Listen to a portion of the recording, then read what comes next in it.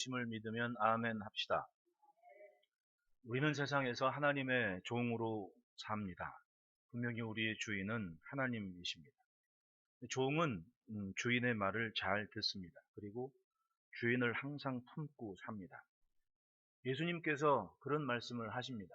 카메라가 나를 찍기 싫은가 왜 그렇게 카메라는 딱 이 찬양이 끝나면 딱 나를 찍고 있어야 돼.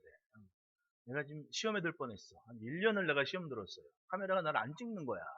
시작했는데 예수님께서 마태복음 24장 45절 46절에 충성되고 지어있는 종이 되어 주인에게 그 집사람들을 맡아 때를 따라 양식을 나눠줄 자가 누구냐? 주인이 올 때에 그 종이 이렇게 하는 것을 보면 그 종이 복이 있으리로다. 주인의 입장에서 주인을 항상 인식하며 사는 그런 종을 생각하고 계셨다는 말씀이지요. 지금 눈앞에 주인이 보이지 않는다고 없는 것처럼 그리고 없을 것처럼 사는 종은 악한 종이라고 말씀합니다. 여러분 매일 충성된 종으로 삽시다. 충성된 종은 늘 주인을 인식하고 주인을 바라보고 살아야 됩니다. 본문의 시인은 그런 종의 자세에 대해서 참 은혜롭게 말씀을 해요. 125절 보면 나는 주의 종이오니 나를 깨닫게 하사 주의 증거들을 알게 하소서. 나를 좀 깨닫게 하셔서 하나님께서 내 삶의 주변에 있는 것들, 하나님께서 사용하시는 것들을 좀 알게 해 주십시오라고 기도를 하죠. 135절에는 주의 얼굴을 주의 종에게 비추시고 주의 율례로 나를 가르치소서.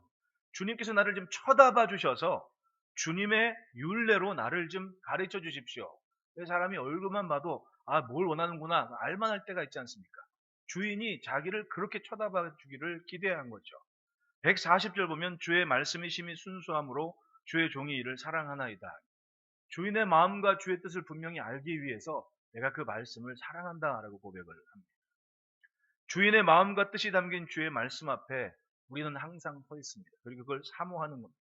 알기를 원하는 것.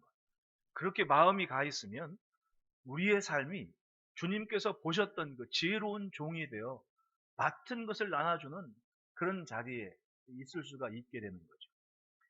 시편 119편은 우리 성경 퀴즈 될 때 많이 다룹니다. 성경에서 제일 큰 장은 그러면 다 저요 119편이요 라고 얘기하거든요. 한 번도 진지하게 끝절까지 읽어본 사람이 드물어요. 여기 계신 분들은 다 읽어보셨겠지만은 저요 하면서 제일 긴 거 119편이요 다 얘기해요. 근데 구구절절이 어떤 의미가 있는지 살펴본 사람은 그렇게 많지 않다는 얘기죠. 그럼 우리가 거의 7번째 시간까지 이렇게 맞이하면서 이 119편에 얼마나 첫 시간에 말씀드렸지만 말씀, 법도, 율례, 규례 이게 얼마나 많이 이 시인이 집중을 하고 있습니까? 바로 이 마음은 자기의 주인인 하나님께 그 뜻과 마음을 집중하는 그런 자세라고 생각을 합니다. 저희 할머니께서 어릴 적에 할머니를 생각하면 뭐냐면 항상 이 비녀 꽂은 쪽진 머리에 앉아 계시면 왜 이렇게 항상 그 한복을 입고 계셨거든요. 그러면 항상 이러고 앉아 계세요. 그 텔레비에 보면 중전마마들이 그렇게 많이 앉아 계시더라고요. 가면요, 어머니께서 이제 생신이나 모일 때, 생신 때 어릴 적부터 이제 많이 버스를 타가지고 막 알려줘요. 몇 번 버스를 타고 어디서 내려고 어떻게 간다. 그럼 그 약도를 가지고 시작하면 어머니가 이제 할머니 용돈 드린다고 꼬마애가 돈을 많이 가질 수가 없잖아요. 그럼 이제 가제 손수건이잖아요. 가제 손수건. 아실, 없네? 오늘? 어디 갔지? 여기 있구나. 요 가제 손수건에다가 딱 돈을 넣어가지고 위아래를 꼬매요. 이거를 제 런닝 안에다 꼬매주는 거예요. 이렇게.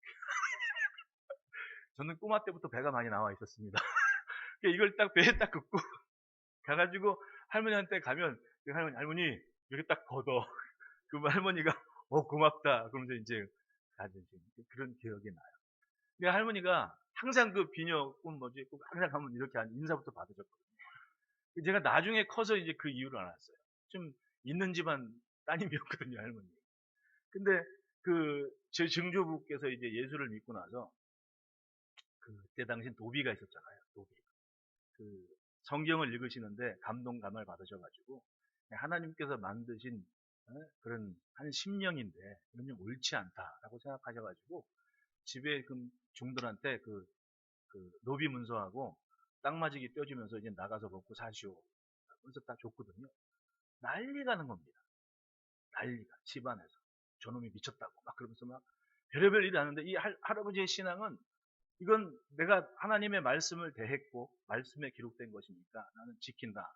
이게 나중에 이제 그 이 기독교인 박해 때 순교를 하셨는데 그때 이제 그런 걸 이제 할머니가 보셨잖아요. 시집 가서 어린 나이에 시집 와가지고 보시는데 그런 얘기를 하는 거예요. 종들이 있는데 착한 종들이 있고 나쁜 종들이 있다. 어? 착한 종들은 그때 이제 땅 노비 문서하고 땅 다 내놔주고 먹고 사는 종들은 그때 이제 나쁜 종들은 쉽게 말하면 그때는 예수 믿는 것이 쉬쉬하는 때였는데 예수 믿는 것을 신고하겠다고 고발하겠다고 하면서 협박을 하는 종들이 있대요. 그럼 할머니가 처음 시집 가는데 안채는 잘 안 들어오잖아요. 노비들이 죄송합니다. 노비 이런 얘기 해가지고 노비들이 잘 안 들어오잖아요. 근데 나쁜 종들이 어느 날은 안채 뜰에 들어오고 어느 날은 대청마루에 안 뜨래요. 그럼 당신한테 밥상을 차려오라고 그런 얘기를 하더라는 겁니다. 나중에 이제 그 증조 할머니께서 그 분위기를 알아가지고 이렇게 저렇게 하면서 다 정리해가지고 이제 인천으로 오셨는데 인천에 그때 당시에 이제 노비문서 받고 이제 자기들이 삶이 좀 새로워진 그런 종들은 추수 때가 되면 그 배에 양복을 실어가지고 인천까지 왔대요. 이거 잡수라고. 근데 나쁜 종들은 주인의 그런 걸 막 저기 해가지고 이렇게 좀 책 잡고 뭐 쉽게 말하면 뭐 일본 사람한테도 막 우리 할아버지 그런 일이 있어가지고 할아버지가 객사를 하셨거든요. 왜냐하면 당신이 집에 있을 경우에 식구들한테 위험하거나 이런 게 있을까봐 이제 이런저런 하신 거죠. 갑자기 옛날 얘기를 해서 좀 죄송합니다만은 어쨌든 착한 종이 있고 나쁜 종이 있다는 얘기를 늘 하셨거든요. 저는 그 말씀을 듣고 그렇구나. 이 종의 자세라는 것이 예나 지금이나 하나님께서 우리를 바라보실 때 하나님 마음에 맞는 그런 종의 삶이 있고 그렇지 않은 삶이 있지 않겠느냐라는 생각을 하게 됩니다. 착한 종들은 항상 주인을 위하고 주인의 마음에 가 있는 그런 자세를 갖죠. 주인이 없더라도 종의 신분이 어떤지는 아는 마음으로 살아갑니다. 세상이 그렇습니다. 하나님을 믿는데 하나님 없는 것처럼 사는 사람들이 얼마나 많습니까? 그래서 세상이 시끄러운 겁니다. 예수님은 하나님을 믿는 자녀들을 소금이라고 빛이라고 참 좋은 정체성을 가지고 세상에 뿌리셨으면 그 자기의 본분이 있지 않습니까? 이 소금이라는 것이. 예수님 말씀하신 것처럼 소금은 짠맛을 잃으면 그냥 길에 던져져서 사람들의 발이 밟힐 뿐이다 라고 얘기를 하시는 거예요. 하나님을 믿지만 하나님 없이 사는 사람들이 바로 그겁니다. 말씀의 의미나 자기의 본분을 기억하지 않고 그냥 종교심만으로 살아가는 겁니다. 한국갤럽이 조사한 우리나라의 사회적인 현상을 보면 2004년을 기점으로 종교심, 종교를 가진 사람들이 줄고 있다고 얘기를 합니다. 늘 말씀을 드리지만 사람이 자기 힘으로 할 수 있는 것이 많아지면 많아질수록 종교심이 줄어들거든요. 뭘 기대하거나 의지하는 마음이 없는 겁니다. 그러니까 그런 모습들이 우리 사회의 경우, 우리나라의 경우 2004년부터 줄어들기 시작했다는 얘기입니다. 교회들을 보십시오. 2030 세대, MZ 세대를 촘촘히 막 나누잖아요. 근데 공통점이 있죠. 갈수록 예수 믿는 사람들이 적어진다는 거예요. 그러니까 학교는 다니는 대학생들도 우리 교회 가자라는 말을 하기 힘든 겁니다. 교회 다닌다는 얘기, 예수 믿는다는 얘기하면 굉장히 고리타분할 것 같고 이런 이미지상의 손상될 위기의식을 느끼니까 나 교회 다닌다고 저희 아들도 자기 친구들한테 자기 아버지가 목사라는 얘기를 안 했대. 왠지 좀 따분하고 이런 이미지가 우리 아들이 그렇다는 얘기는 아니고 그런 생각들이 많기 때문에 교회 다니는 것을 말하기가 부끄러워한다는 얘기죠.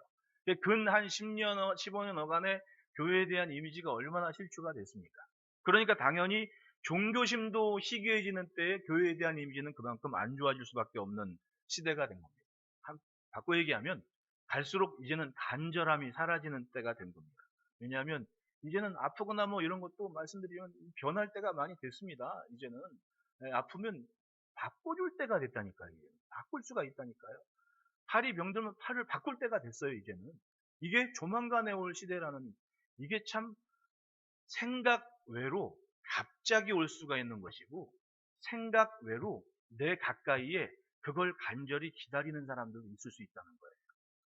그만큼 사람들이 사람의 힘으로 할 수 있는 것이 많아질 때 종교심은 줄어들 수밖에 없는 거죠. 신앙도 마찬가지 아닙니까? 예수님 오셨을 때 그때 당시 예루살렘의 모습이 어떻습니까? 종교성을 가진 사람들은 많았습니다. 그런데 주인의 마음, 주인의 뜻을 알고 기다리는 사람들이 없었던 거예요. 심지어는 하나님의 아들이 오셔서 내가 이 전을 헐어버려라. 내가 사흘 만에 다시 세울게 라고 얘기하고 여러 말씀을 하시지만 그 시대의 종교인이었던 바리새인이나 서기관들은 어떡합니까? 오히려 주인의 아들을 죽이면 이 포도원은 내 것이 되지 않겠느냐라는 악한 생각을 한 종들이 많았다. 다시 말하면 그 시대의 종교인들은 다 나쁜 종들 아닙니까? 자신들이 전통적인 종교에 대한 책임을 지는 사람이었으면 하나님의 아들이 오셨을 때 할렐루야 하면서 그분을 모셔드리고 호산나 찬송은 자기들이 했었어야죠. 그런데 그들은 모임을 갖습니다. 어떻게 하면 예수를 죽일까? 그것이 바로 종교성을 가진 사람들의 모임이었던 겁니다.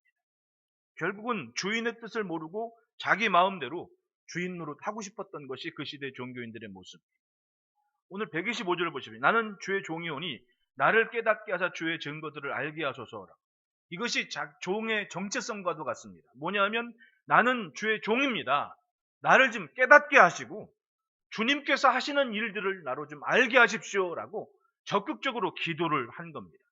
주인의 증거를 보기 위해서. 그것은 바로 주의 말씀에 담겼고 하나님의 말씀은 우리로 하여금 주인의 마음을 알게 합니다. 그러므로 따라합시다. 절망의 시간에도 말씀을 사모한다.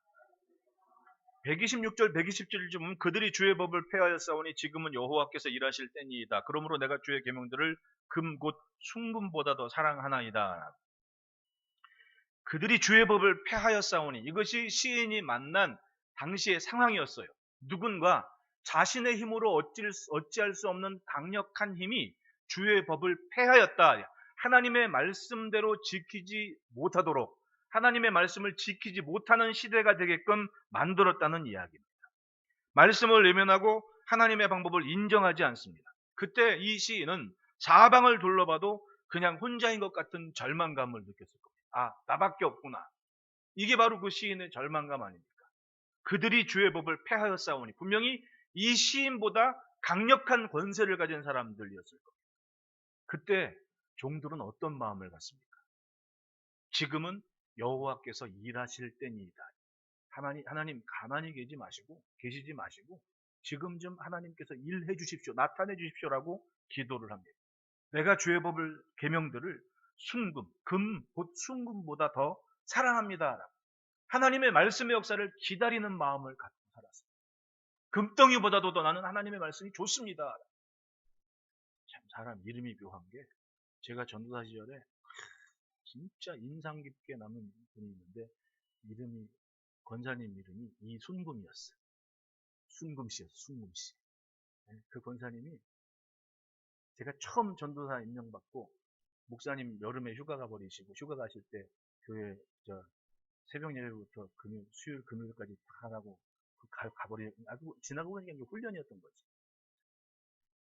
근데 새벽 예배 목사님 안 계시니까 다 안 나오더라고. 근데 그분은 꼭 나왔어. 순금씨. 이순금 집사님. 나중에 권사님 됐잖아요. 목사님이 안 계시니까 더 새벽 예배를 지키는데 수요일 새벽 때가 되니까 코피가 터지더라고. 딱. 그 권사님이 이제 그때는 집사님이었는데 그 다음날 낮에 이제 교회에 있는데 이제 간식을 사가지고 찾아오셔서 하시는 말씀이 전도사님 은혜 받고 있어요. 참 그때 이분이 참 어른이구나. 그래서 그 순금 씨를 지금도 기억하고 계십니다. 야채 장사하시는 채소 장사하시는 순금 씨. 여러분 말씀을 사모한다는 게 참 그렇습니다. 절박함, 자기의 현실이 막막할 때 하나님을 더 의지하고 하나님의 마음을 찾기 위해 몸부림치는 겁니다. 여러분 상황이 안 좋을 때 안 좋은 사람 만나지 마세요.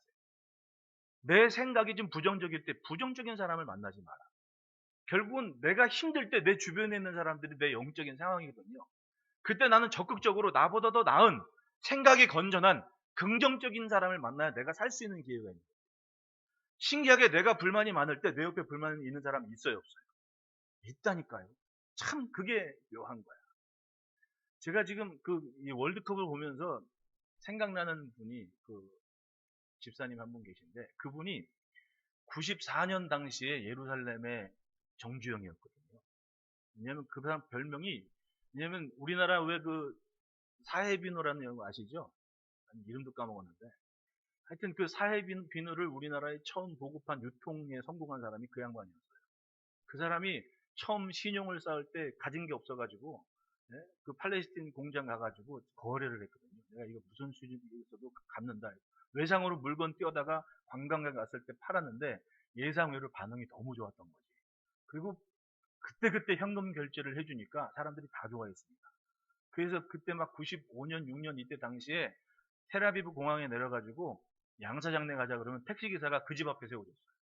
그 정도로 돈을 번 사람이었거든요. 유명한 사람이었는데, 알다시피 뭐 IMF 터지고 막 휘청될 때 관광업계는 오죽했겠냐고요. 근데 제가 2002년도에 그분을 만났는데, 사람이 뭐 예루살렘의 정중이라 그러는데 너무 겸손한 거야. 사람이 아주 그냥 코는 석자가 되자가지고 아주 겸손해져가지고 너무 사람이 착해. 그래서 저는 그때 갔을 때 난생 처음 비행기를 타고 거기에 갔는데 뭐 아는 사람 누가 있습니까? 근데 밤에 이 사람이 해 떨어지면 꼭 숙소로 찾아와요. 숙소로 찾아옵니다.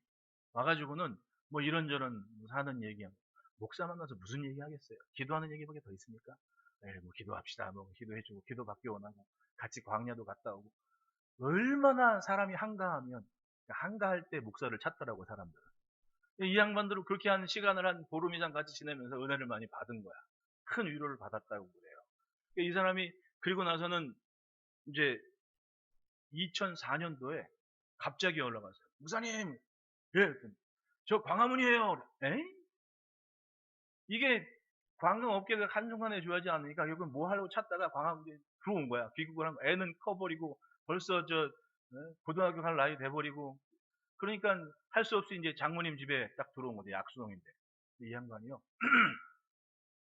전화를 해서 보면 이제 밥 사주러 가야 되잖아요. 백지에서 나도 신세를 졌는데. 근데 한 번 전화한 게 아니라 2, 3일씩 맨 일주일에 2번은 그 사람 만나러 가야 돼. 왜냐면 오랜 동안 밖에 있다가 들어오니까 친구도 없고 뭐 이렇게 되고, 또 사람이 형편이 어려울 때 전화하면 또 구차하잖아요. 그러니까 만만한 사람이 나야. 나랑 우리 선배 목사님. 근데 이제 만나가지고 점심 먹으러 딱 가면 이 양반이 광화문, 지금은 광화문 광장 이런 게 있는데 그때는 그냥 8차선인가 왕복 엄청 넓은 사거리에 지하도로 딱 올라가면 아주 목사님 오셨습니까? 하고 인사를 하는데 90도 인사를 거기서 하는.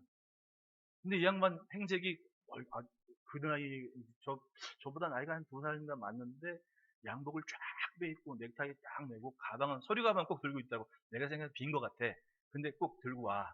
예, 맨날 이렇게 나오냐 그랬더니 자기 맨날 광화문 사거리로 출근한대. 그래가지고 목사님 인사를 하는 거야. 그럼 그 친구랑 같이 이제 밥을 먹고 뭐 이렇게 시간 보고 얘기해주고 그러죠. 근데 그리고 나서 그 사람이 거기서 누굴 만났냐면 여행 LG항공 회장님을 알게 된 거야. 나 LG항공 회장님이랑 인사시킨다 갖고 내가 굳이 LG항공 회장님을 내가 왜 만나? 아, 목사님 만나두면 다 도움이 돼요. 그냥 그러면서 얘기해서 그때 만났는데 동네 할아버지처럼 생기셨더라고. 난 회장님이라 그래가지고 삐까뻔쩍에 다닐 줄 그게 아니더라고. 그 어른하고 또 만나갖고 막 이렇게 저렇게 얘기했죠. 그런 만남이 난 그냥 의미 없는 만남인 줄 알았거든요. 세상에 사람을 만나고 이렇게 접촉점을 갖는다는 게 우연이 아니더라고. 다 쓸데있는 이야기가 있고, 그리고 가치 있는 시간이 의미가 있다라니까요. 지금 우리나라에 중동에 경유하는 비행기들이 막 들어오기 전에 이 양반이 그 LG항공이랑 이렇게 저렇게 회장님 만나고 이런저런 얘기를 하면서 어느 날 갑자기 또 전화해. 목사님, 저 두바이 갑니다. 딱 그런 거예요. 두바이 그땐 뭐 아랍에미리트 이렇게 개발하기 전이었는데 아는 사람이 있어요. 그냥 갑니다. 내 생각을 해봤습니다. 근 2년 동안 들어와가지고는 뭐 만날 사람이 없고 그냥 목사님만 만난 거지. 네? 근데 한 번도 나한테 흐트러진 모습을 보인 적이 없어요. 나는 잠바를 입고 나가는데 자기는 정장 입고 인사를 90도로 하면서 한번 상상을 해보시라고. 그 많은 사람 앞에 90도 인사받기 쉬워요, 어려워요? 창피하거든. 어? 근데 이 양반은 항상 그러면서 마음이 좀 싱숭생숭할 땐 전화해서 만나고 밥 먹고 차 마시고 만나는 사람이 그런 사람들이요. 불평이나 원망이나 이런 사람이야. 놀랍게도 그거 한 1년 못되게 그거 한 다음에 곧장 두바이로 가서 정착을 했는데 그 다음에 그게 뭐가 생겼냐면 우리나라 취향하는 유럽이나 뭐 이런 데 가는 비행기들이 중동 비행들이 엄청 들어가는데 이 양반이 거기서 총판까지 했던 거예요. 이게 사람이 절박하고 절망스러울 때 어떤 방향으로 가느냐가 중요하다. 여러분도 한번 경험했을 겁니다. 내가 불만이 많으면 내 옆에 불만 있는 사람들이 있어. 근데 그 방향으로 가는 사람이 있는가 하면 이건 좀 아니지 않나 싶으면서 생각을 넓히고 방향을 바꿨을 때 내 인생의 지평이 달라지는 것을 분명히 느낄 수가 있다. 보십시오. 그들이 주의 법을 폐하였사오니 모든 하나님의 말씀대로 지킬 수 없는 상황이 됐을 때 이 시인의 방향성은 분명히 있습니다. 그래도 천지를 창조하신 하나님이 주인이시라면 하나님 지금이 여호와께서 즉 하나님께서 일하실 때니까 내게 계명들을 좀 알게 하시고 깨닫게 해주십시오라고 절망의 시간에 오히려 하나님의 말씀을 기대하고 사모했던 겁니다. 그러니 여러분 종들의 자세는 다른 게 아닙니다. 따라합시다. 기도하며 기대한다.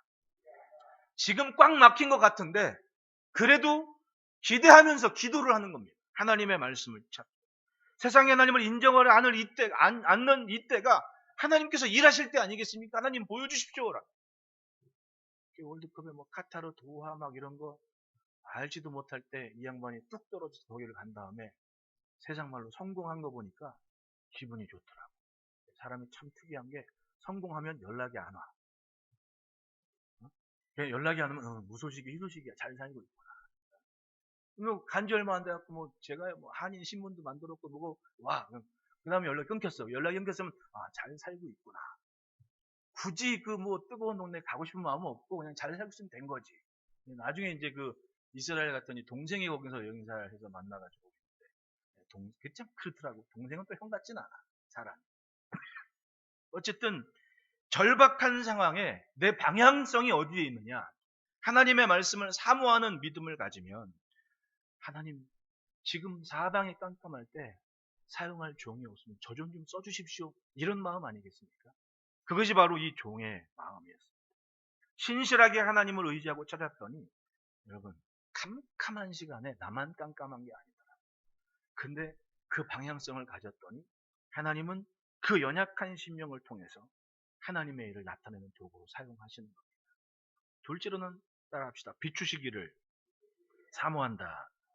130절 131절에 주의 말씀을 열면 빛이 비치어 우둔한 사람들을 깨닫게 하나이다. 내가 주의 계명들을 사모함으로 내가 입을 열고 헐떡였나이다. 시인이 사모하는 빛이 있습니다. 뭐냐면 주의 말씀을 열면 그러니까 뭔가 닫힌 상황 같은 읽어도 들어도 기도를 해도 뭔가 감흥이 없는 그런 상황이 아니겠습니까? 그때 이런 표현을 하는 거예요. 주의 말씀을 열면 빛이 비춥니다. 어두운 사람들, 어리석은 사람들, 우둔한 사람들이 깨닫습니다. 내가 주의 말씀을 사모하니 내가 입을 열고 헐떡이니 지금 내게 그 빛을 비춰주십시오 라고 기도를 한 거예요.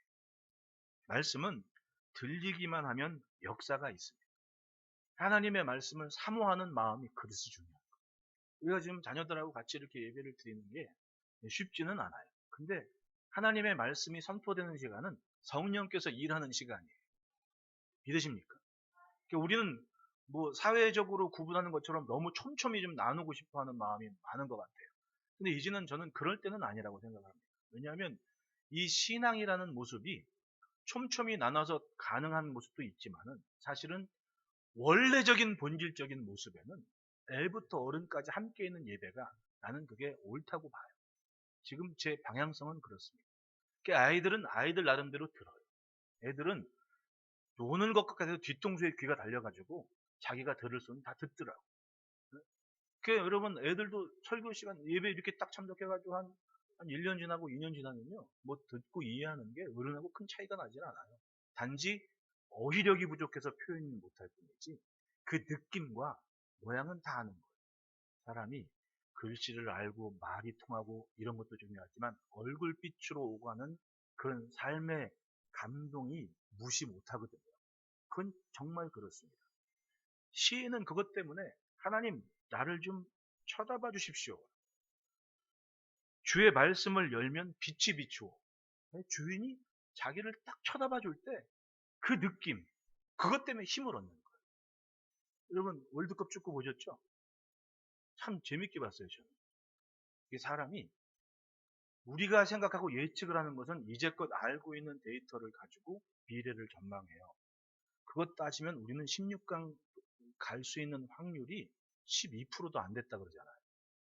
근데 살다 보니 참 사람이 생각하는 것 말고 신기한 도우심이 있더라고요. 우루과이전에서는 골대가 우리 편이었습니다. 그래가지고 12번째 선수가 있는데 그게 골대였어. 딱 다 막아. 결정적인 순간에 다 막아줘, 골대가. 진짜 아주. 가나전은 뭐 이제 가나는 나중에 알았어. 가나가 왜 중요했는지. 난 초콜릿 가나만 먹어요. 가나. 포르투갈 전에는 한반도가 우리 편이었어. 한반도가 누군지 모르죠. 호날두 플러스 한반도 해가지고 한반두가 된 거예요.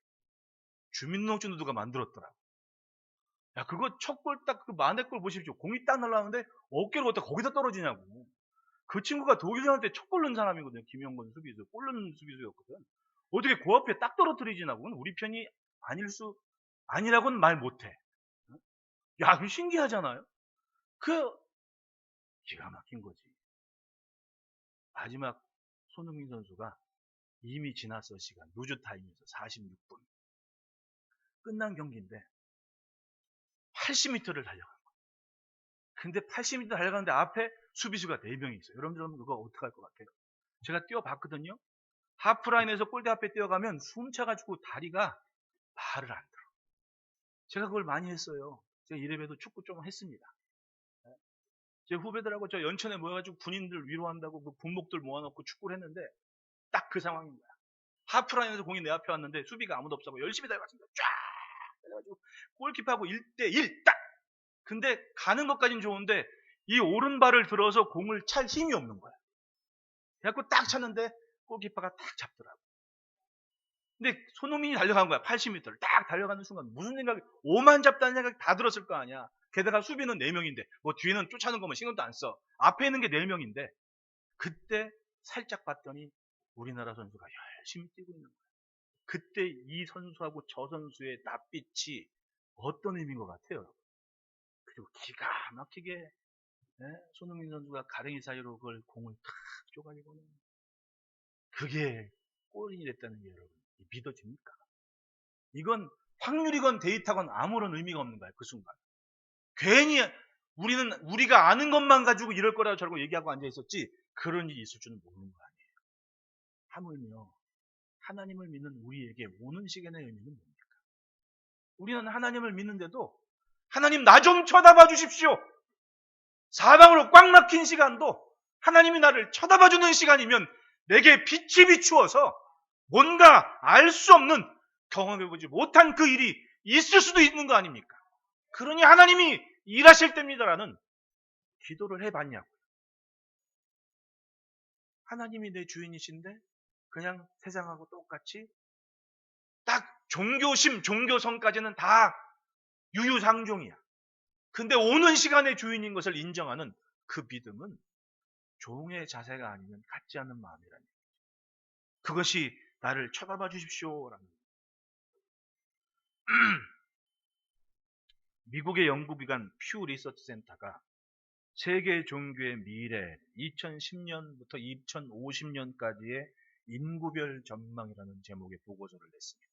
거기에 무슨 내용이 있냐 하면 이슬람교를 믿는 이슬람 인구가 다른 종교보다 2배는 빠른 속도로 성장을 하게 될 것이고 급속한 인구 증가의 원동력은 이슬람 문화권의 높은 젊은 층 인구 비율과 출산율이다라고 얘기해요. 이슬람은요, 부인을 4명까지 둘 수 있는 거예요.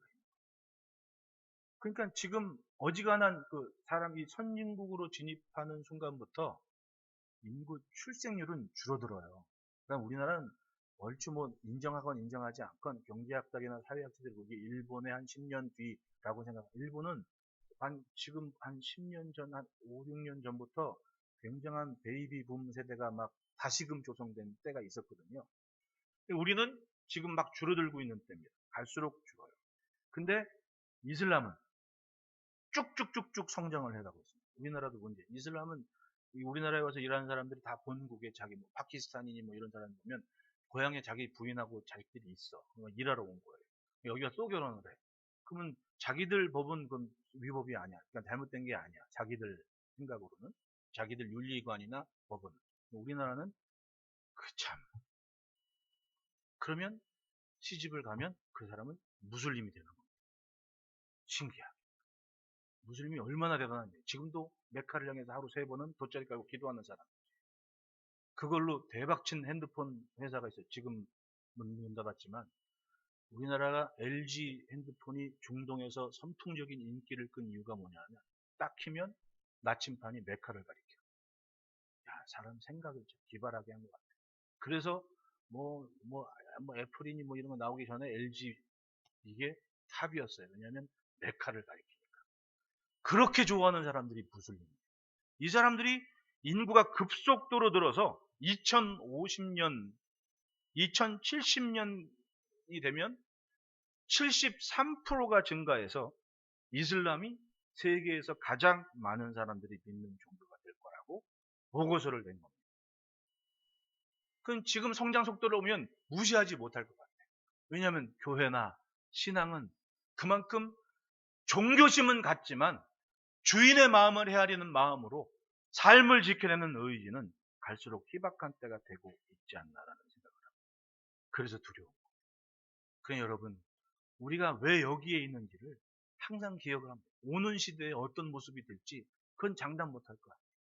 이게 이슬람이 확장되는 게 뭐 단순한 종교성의 활동이 아니고 파가 여러 개 있잖아요. 어떤 동네는 아주 급진적인 동네여가지고 가서 예수 믿으라고 하면 칼로 찌르는 동네가 있는 거예요. 이 무서운 거 아닙니까? 그러니까 앞으로 어떻게 될지 몰라요. 2070년은 내가 있을지 없을지 모르는 이런 생각 가지면 안 되죠. 왜? 내 자녀들이 있을 시간인데. 우리는 신실한 삶으로 사모하는 마음을 가지고 주의 얼굴빛을 사모하는 그 믿음을 지켜야 됩니다. 132절, 133절에 주의 이름을 사랑하는 자들에게 베푸시던 대로 내게 돌이키사 내게 은혜를 베푸소서. 진짜 절박하고 답답하고 곤란한 시간에 자신들의 선조를 바라보신 그 낯빛을 좀 비춰주셔서 내게 돌이켜주시고 내게 은혜를 주시라고 기도하고 사모했던 거죠. 고난과 박해의 시대에도 134절에 사람의 박해에서 나를 구원하고, 그러니까 지금 이 시인은 엄청 힘든 시간을 보내고 있었던 거죠. 그래도 주의 율례로 나를 가르치소서라고 기도를 했다는 거예요. 여러분, 하나님께서 얼굴빛을 비춰주시기를 사모하는 종들이 됩시다. 그러면 그 얼굴빛으로 느끼는 답이 있는 거 아닙니까? 마치 손흥민 선수가 그 앞을 꽝꽝 막아서 4명의 선수들 중에 한 선수의 가랭이 사이를 본 것처럼 그 인터뷰한 거 보니까 보였다 그러잖아요. 근데 그게 아무한테나 보이는 건 아니더라. 근데 보였다 그러잖아요. 80m를 전력 질주해온 친구가 봤다 그러잖아요. 누가 그러대 그 아버지가 새벽 예배를 그렇게 잘 드린대. 아들을 위해서 그렇게 기도를 한다고. 우리 엄마 아빠들 새벽 기도 하시기를 바래. 자식에게 뭘 남겨주고 얘가 이러고 저러고 어쩌고 저쩌고 하지 말고 먼저 할 수 있는 걸 해보시기를 바래요. 요즘 애들 말 잘 들어야 안 들어요. 시온아 엄마 말 잘 들어 안 들어. 양심에 손을 얹고 가슴에 손을 얹고 진지하게만 얘기해보자. 내가 말 잘 듣는 편이야 안 듣는 편이냐. 착하다고 소문났더라 창 이동에. 근데 다시 오니 같진 않을 거 아니에요. 지질이 말도 안 되는 일 많을 거 아닙니까 솔직히. 그러면 그거 속상해하지 말고 진짜 누가 아버지처럼 그 자식 잘 되기를 건강하게 온전하게 잘 성장하기를 기도하는 자리를 가졌냐는 말이지. 내 힘으로 어찌할 수 없으면 주인이 뭔가 하실 수 있도록 기도할 수 있을 거 아닙니까? 끌탕을 하기 전에 먼저 기도의 자리에서 하나님이 하실 수 있는 것을 좀 보여주십시오라는 소원을 갖고 삽시다. 그게 종의 자세 아닙니까? 자식 인생을 내가 살아줄 것도 아니고 결국은 자기 인생인데 그래도 그 자식들이 뭔가 결정하는 시간에 기도한 것이 있으면 감동은 있을 거 아닙니까? 꽉 막힌 세계적으로 몸값 높은 수비수 4명이 갈아먹고 있는데도 그래도 가랭이 사인은 있더라라는 그런 신기한 체험을 할 수 있는 그런 날이 있을 줄 믿습니다. 그러므로 따라합시다. 말씀을 품은 열정이 삶의 열매가 된다. 136절에 그들이 주의 법을 지키지 아니함으로 내 눈물이 시냇물 같이 흐르나이다. 이게 진짜 하나님 마음 때문에 그 마음을 알고 흘리는 눈물 아닙니까? 그들이 주의 법을 지키지 아니함으로 하나님을 존중하는 자신의 마음이 있는데 세상은 그렇지 못하다는 거예요. 그것 때문에 가슴이 아파서 눈물 흘리는데 시냇물처럼 눈물이 흐르다는 거. 그건 정말 주인을 기대하고 생각하는 종이 아니면 있을 수 없는 마음. 139절에 내 대적들이 주의 말씀을 잊어버렸으므로 내 열정이 나를 삼켰나이다. 세상이 아무리 돌아봐도 하나님의 말씀을 잊은 사람들 뿐이 없는 거예요. 그런데 거기서 눈물 흘리며 하나님의 말씀이 지켜지기를 사모합니다. 여러분, 예수님도 예루살렘 성을 보시고 우셨다 그래요. 왜 그렇습니까? 하나님의 백성들, 하나님의 자녀라고 얘기하는데 하나님 마음이 전혀 지켜지지를 않는 거예요. 그러니까 우셨죠. 종교심은 있는데 하나님을 믿는 믿음이 없는 거예요. 그 삶의 열매를 찾을 길이 없는 거예요. 따라합시다. 사랑하면 지킨다. 140절에 주의 말씀이 심히 순수함으로 주의 종이 이를 사랑하나이다 라고 고백해요. 사랑하니까 이렇게 애절하고 간구하고 지키는 거예요. 여러분, 사랑하는 사람 만날 때 지각한 사람 손 들어보십시오. 어떻게 생각하십니까? 교회를 사랑하십니까? 제가 예배 전에 얘기했지만은 예배 시간 9시 반인데 9시 반에 예배 때 꼭 9시 40분에 오는 사람이 있어.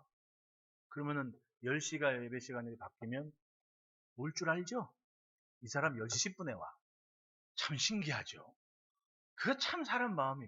나는 이게 사랑의 정도라고 생각해요. 사랑의 정도. 사랑하는 마음 가지면 그래도 30분 전에는 얼굴 보고 이야기하고. 우리는 11시 2부 예배는 시작하는 시간이 들쑥날쑥 할 거야 앞으로. 근데 늦지는 않아. 45분에 시작할 수도 있고 50분에 시작할 수도 있고 단 11시가 넘지는 않을 거예요. 왜냐하면 일찍 온 사람은 기분이 좋아야 될 거 아닙니까? 그 포커스를 늦게 온 사람한테 안 맞춰 나는 항상. 늦으면 그냥 가버려. 약속 시간 늦으면 한 명이 왔으면 신방도 한 명하고 하는 거야. 왜? 약속 시간이 1시인데 1시에 온분하고 가면 돼. 그럼 즐거워. 약속 시간 일찍 온 사람도 늦게 온 사람 때문에 기분 나쁘고 기다리는 사람도 기분 나쁘고 그러면 피차에 그날은 기분 안 좋은 날이 돼버리고. 근데 약속 시간이 1시인데 12시 반부터 온 사람이 있어. 이 사람은 딱 1시에 가버리면 하루 종일 신나는 사람이야. 왜? 약속 시간 지켰고 은혜로운 것. 사랑하면 항상 그 대상을 위해 존중하는 마음을 갖는 거예요. 사랑하는데 함부로 하는 사람이 있습니까? 사랑하니까 존중하죠. 근데 그 마음은 열정입니다. 열정. 여러분 엘리야 때 그때 엘리야 말고 이스라엘 땅에 선지자가 있었어요? 없었어요? 네? 많았어요. 당장에 18장의 갈멜산 산상에 기도하고 나서 19장 넘어가면 누가 나오냐면 한 선지자가 아합에게 말했다고 얘기해요. 굳이 그걸 엘리야라고 우기는 사람이 있는데 도망갔다 와가지고 하사엘에게 기름 붓고 엘리사한테 기름 부을 양반이 아합한테 가겠어? 한 선지자가 아합에게 얘기해요. 그러면 엘리야하고 선지자가 있다는 거 없다는 거예요? 있거든요. 그 신하였던 오바다는 자기가 굴 속에다가 50명, 100명을 그 3년 반 기근 때 먹을 것 되면서 그 선지자들을 보필했다 그래요. 쉽게 말하면 엘리야는 자기 혼자만 있는 줄 알았는데 다른 선지자들이 있었어요, 없었어요? 있었거든요. 게다가 하나님은 바알에게 무릎 꿇지 않는 7,000명이 있다고 얘기하고 아람 군대 벤하닷이 쳐들어왔을 때 바알에게 무릎 꿇지 않는 7,000명은 바로 이스라엘 앞에서 선발대로 나서 전쟁할 사람들이 됐고 젊은 고관들 230 몇 명인가 그 사람들은 지휘관에 대해서 함께 싸웠다고 얘기를 해요. 그럼 엘리야의 입장에서는 나만 있는 줄 알았습니다. 그만큼 절박했고 절실했던 거예요. 그런데 하나님께서 보실 때는 엘리야처럼 하나님을 기대하는 사람들이 많았다 안 많았다. 단 차이가 있는 것은 엘리야처럼 나설 용기는 없었던 거지. 그래서 엘리야는 자기가 하나님을 향한 열심이 특심했다고 얘기를 하는 거예요. 어쨌든 그 열심이 있었을 때 하나의 불꽃이 돼서 주변에 그런 마음을 품은 사람들을 깨워서 나라가 어려울 때 일어나서 싸울 수 있는 용기 있는 사람들이 나타난 거 아닙니까? 지금은 바로 그런 때입니다. 나는 주의 종이오니 나를 깨닫게 하사 주의 증거들을 알게 하소서. 하나님께 집중하고 하나님을 존중하는 마음을 가지고 사랑하는 마음을 갖게 되면 세상 사람들은 이제까지의 통계를 가지고 2070년도가 되면 세계적으로 이슬람은 왕성할 것이고 기독교는 쇠퇴할 것이다. 근데 그건 이제까지 해온 얘기예요. 앞으로 어떤 일이 벌어질지는 그건 아무도 몰라요. 오늘 이 시대에 우리가 어떤 마음으로 하나님께 살아가느냐, 그게 우리가 만날 내일이 될 겁니다. 현재 이슬람 인구가 전 세계에 19억이 넘어갔대요. 기독교 인구는 25억이 넘어가고 있다. 근데 이게 언제 뒤바뀔지 모르지만 분명한 건 지금을 사는 사람들이 얼마나 하나님을 사랑하는 마음, 그 말씀을 사랑하는 마음을 갖고 사는가. 오는 시간은 결정된 거 없습니다. 여러분 예수 잘 믿고 하나님 말씀 집중하면서 하나님께서 뭔가 하시는 그 일에 쓰임받는 가정과 가문 되시기를 축복합니다. 기도하겠습니다.